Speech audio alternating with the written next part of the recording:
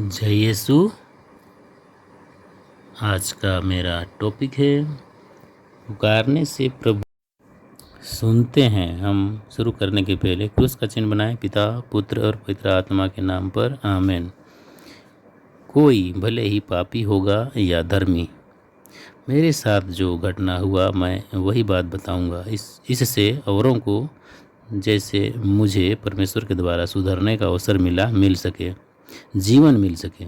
प्रियो, मेरे जीवन की कोई उम्मीदें ना थी। मैंने पुकारा एवं प्रभु ने मेरी पुकार सुनी।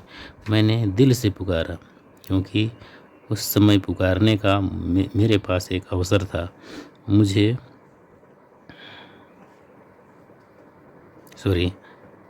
हृदय से व्यक्ति को हर समय पुकारने का अवसर नहीं मिलता।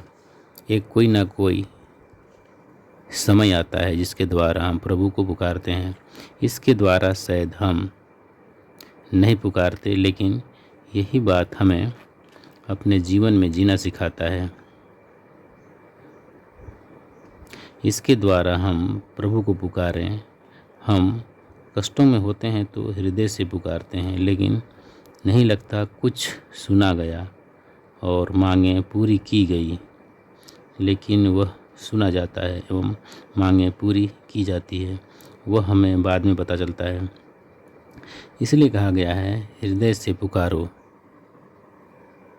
लेकिन जब हमें पता नहीं कि कैसे हृदय से पुकारते हैं तो कैसे पुकारेंगे। लेकिन हमारे साथ वह घटना घट चुका है तो हम जान गए हैं, फिर भी हम नहीं पुकारते। हमें सीखने की ज़रूरत है। हमें बीते घटनाओं पर मनन करते हुए जानने की ज़रूरत है, समझने की ज़रूरत है। इस प्रकार दूसरों के लिए भी हम प्रार्थना के द्वारा, पुकार के द्वारा उनकी मांगें पूरी कर सकते हैं। कुछ लोग इस घटना को प्राप्त नहीं किया है, वे कैसे जानेंगे? वे नहीं जान पाएंगे। लेकिन धार्मिक कार्यों द्वारा आगे बढ़ेंगे तो उन्हें भी यह वरदान मिल सकता है। हम किस प्रकार पुकारें और हमारी पुकारें सुनी जाए, मांगें पूरी की जाए। यदि हम अपने लिए पुकार कर मांगें प्राप्त कर सकते हैं तो दूसरों के लिए भी क्यों नहीं कर सकते?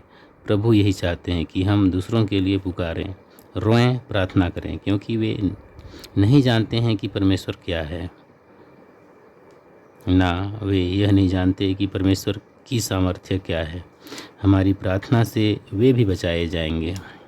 आज कोरोना महामारी से पृथ्वी भर के लोग डमाडोल हो गए हैं।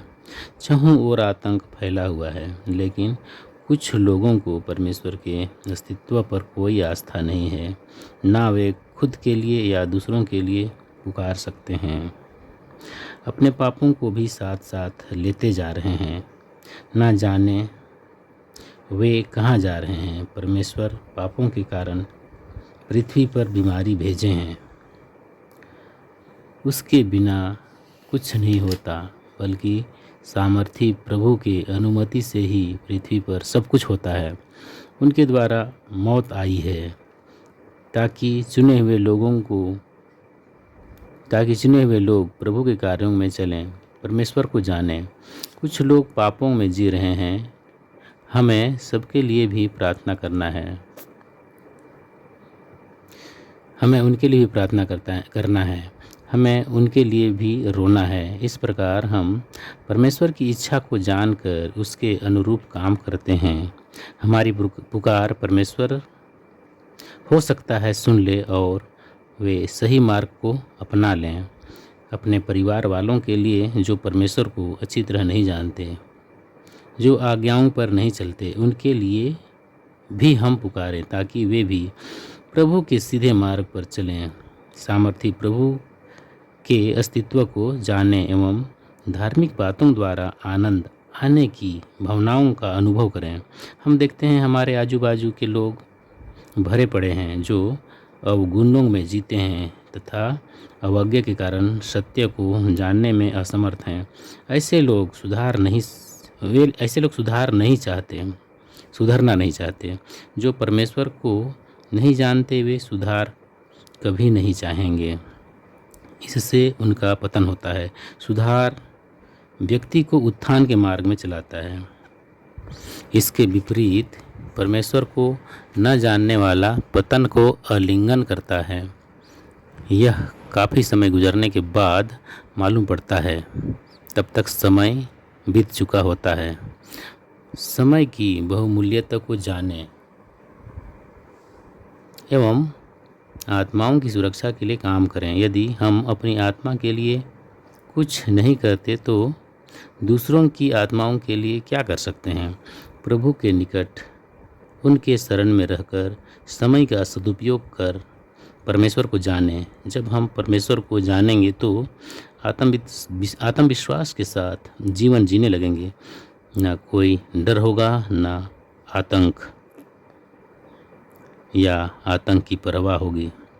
हमें परमेश्वर चारों ओर से घेरे रहेंगे। तो थैंक यू दोस्तों, आपने वीडियो देखा, इसके लिए धन्यवाद। हम अंत में क्रूस का चिन्ह बनाएं।